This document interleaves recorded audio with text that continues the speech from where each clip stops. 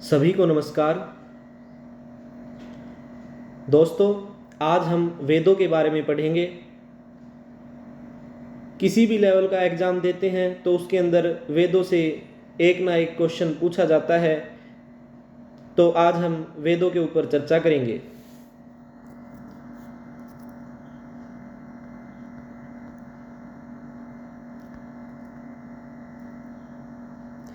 सबसे पहले वेदों की संख्या कितनी होती है, ये क्वेश्चन कई बार पूछा जा चुका है। तो वेदों की संख्या है 4, वेदांग की संख्या 6, पुराणों की संख्या है 18 और उपनिषदों की संख्या पूछा जाए तो 108 होगी। नेक्स्ट क्वेश्चन है भारत के सबसे प्राचीन धर्म ग्रंथ। तो भारत के सबसे प्राचीन धर्म ग्रंथ है वेद, जिनकी संख्या है 4। वेदों के संकलनकर्ता कौन है? महर्षि कृष्णद्वैपायन वेदव्यास। ये क्वेश्चन कई बार पूछा जा चुका है। वेदों का संकलनकर्ता महर्षि कृष्णद्वैपायन वेदव्यास। यहां ये ध्यान देने लायक बात है कि संकलनकर्ता यानी इनको लिखने वाले वेदव्यास थे। ये बहुत ही प्राचीन ग्रंथ हैं। इनके असली रचनाकार के बारे में किसी को नहीं पता है। इनका जो संकलन किया था वो वेदव्यास जी थे। नेक्स्ट है वेदों का उपदेश क्या है? वेदों का उपदेश है वसुधैव कुटुंबकम। वसुधैव कुटुंबकम का अर्थ है ये पूरी की पूरी पृथ्वी एक परिवार के रूप में है। और हाल ही में जो भारत के अंदर G20 शिखर सम्मेलन हुआ था उसका भी ध्येय वाक्य वसुधैव कुटुंबकम था। ये करंट का क्वेश्चन बनता है, ध्यान दीजिएगा। अब आते हैं वेद। वेद कितने प्रकार के होते हैं? वेद होते हैं 4 प्रकार के: ऋग्वेद, यजुर्वेद, सामवेद और अथर्ववेद। जो सबसे पहला वेद है वो है ऋग्वेद, और जो सबसे लास्ट में लिखा गया था वो था अथर्ववेद। तो ऋग्वेद के अंदर कुल कितने मंडल हैं? 10 मंडल है। ऋग्वेद में कुल कितने श्लोक हैं? तो 1028 श्लोक या सूक्त हैं। और ऋग्वेद में अगर मंत्रों की संख्या पूछी जाए तो ऋग्वेद में 10,462 मंत्र हैं। ये क्वेश्चन कई बार पूछे जा चुके हैं। फिर आता है सामवेद के अंदर सूक्त कितने हैं? तो सामवेद के अंदर 1810 सूक्त हैं। फिर आता है अथर्ववेद। अथर्ववेद के अंदर कितने पद्य हैं? अथर्ववेद के अंदर 6000 पद्य हैं।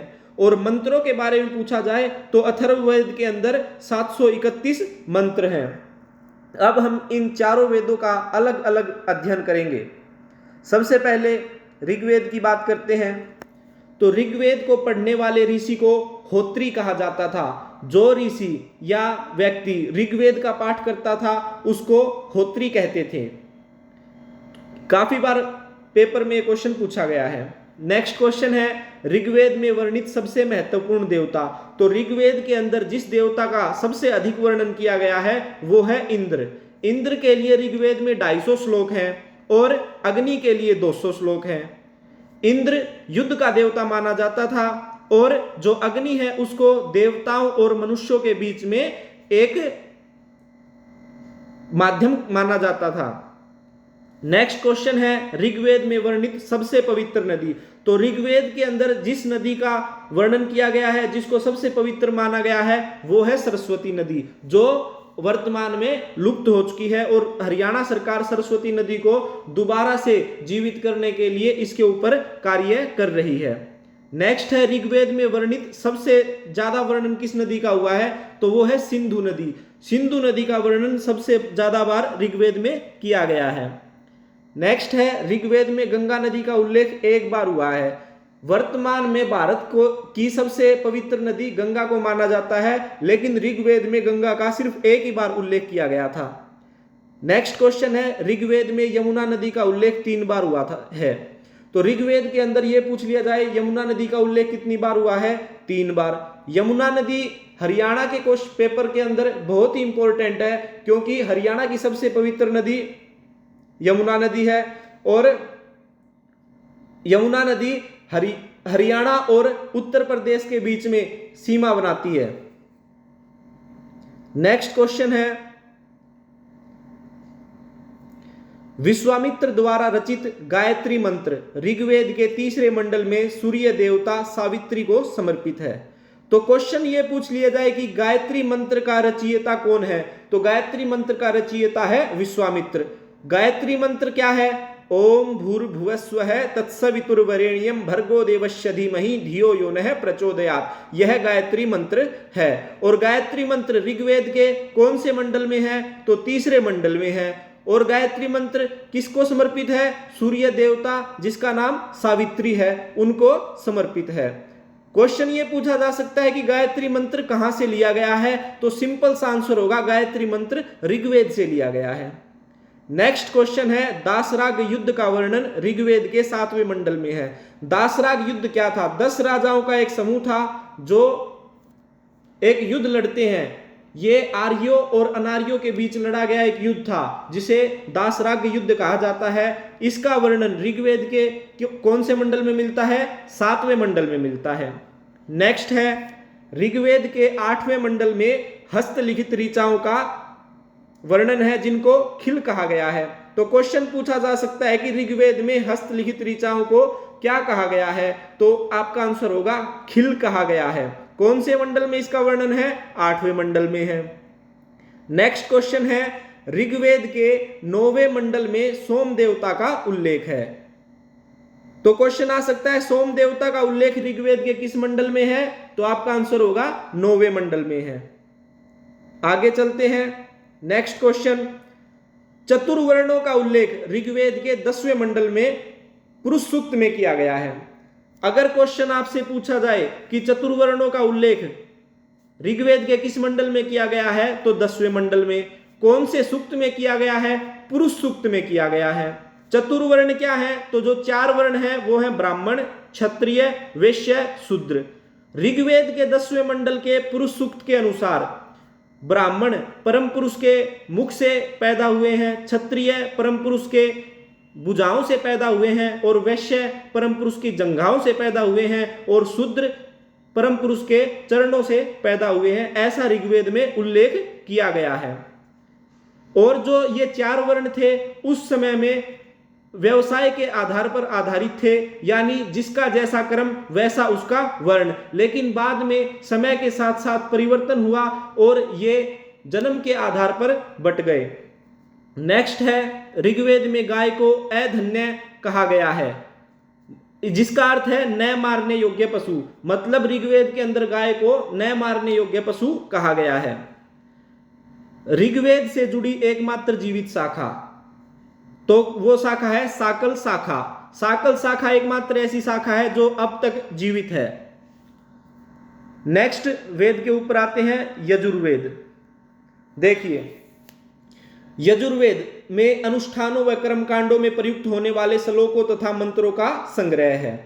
यानी जो हम यज्ञ वगैरह करते हैं उनके अंदर जो जो मंत्र हैं, श्लोक हैं, उनका वर्णन यजुर्वेद में मिलता है। और जो यजुर्वेद का पाठ करता था, यानी जो व्यक्ति यजुर्वेद का अध्ययन करते थे, उनको अथर्वयु कहा जाता था। एकमात्र ऐसा वेद जो पद्य एवं गद्य दोनों में है, यजुर्वेद। यजुर्वेद एकमात्र ऐसा वेद है जो गद्य में भी है और पद्य में भी है। और यजुर्वेद के 2 भाग हैं, कृष्ण यजुर्वेद और शुक्ल यजुर्वेद। कृष्ण यजुर्वेद गद्य में लिखा गया है और शुक्ल यजुर्वेद पद्य में लिखा गया है। ये क्वेश्चन काफी बार एग्जाम्स में पूछे गए हैं, इनको अच्छे से याद कर लीजिएगा। नेक्स्ट है, बलिदान विधि का उल्लेख यजुर्वेद में मिलता है। जो बलि देते हैं उसका वर्णन यजुर्वेद में मिलता है। कृषि तथा सिंचाई की विधियों का वर्णन यजुर्वेद में मिलता है। आजकल जैसे हम कृषि करते हैं और जो सिंचाई की विधियां हैं, पुराने समय में भी ऐसे ही कृषि और उनकी सिंचाई की विधियां थी जिनका उल्लेख यजुर्वेद में किया गया था। और यजुर्वेद में ही चावल की अनेक किस्मों का वर्णन मिलता है। यह भी इंपॉर्टेंट क्वेश्चन है, इसे भी याद कर लीजिएगा। अब आते हैं नेक्स्ट वेद के ऊपर, जिसका नाम है सामवेद। सामवेद का फर्स्ट पॉइंट, सामवेद के अधिकतर श्लोक व मंत्र ऋग्वेद से लिए गए हैं। जो सामवेद है इसके अंदर बहुत सारे श्लोक और मंत्र हैं, वो एज इट इज ऋग्वेद से उठाए गए हैं। नेक्स्ट है सामवेद का पाठ करता। वो व्यक्ति या वो ऋषि जो सामवेद को पढ़ते थे उनको उद्गात्री कहा जाता था। नेक्स्ट है सामवेद का संबंध संगीत से है, यानी ये जितनी भी गायन कलाएं हैं, आजकल बहुत सारे सिंगर्स आए हुए हैं, ऐसे ही पहले भी संगीत गाया जाता था। तो जो संगीत का एक नींव कह सकते हैं वो सामवेद से मिलती है। भारतीय संगीत का जनक किसे कहा गया है? सामवेद को कहा गया है। नेक्स्ट है यजुर्वेद तथा सामवेद में किसी भी विशिष्ट ऐतिहासिक घटना का वर्णन नहीं मिलता है। जो यजुर्वेद है उसके अंदर तो यज्ञों से संबंधित नियमों का वर्णन है और सामवेद है उसके अंदर संगीत से संबंधित। तो इन दोनों वेदों के अंदर कोई भी ऐतिहासिक विशिष्ट घटना का वर्णन नहीं है। ऋग्वेद के अंदर बहुत सी घटनाओं का वर्णन है और अथर्ववेद के अंदर भी बहुत सी घटनाओं का वर्णन है, लेकिन यजुर्वेद और सामवेद इन दोनों में किसी भी विशिष्ट ऐतिहासिक घटना का वर्णन नहीं है। नेक्स्ट आता है अथर्ववेद।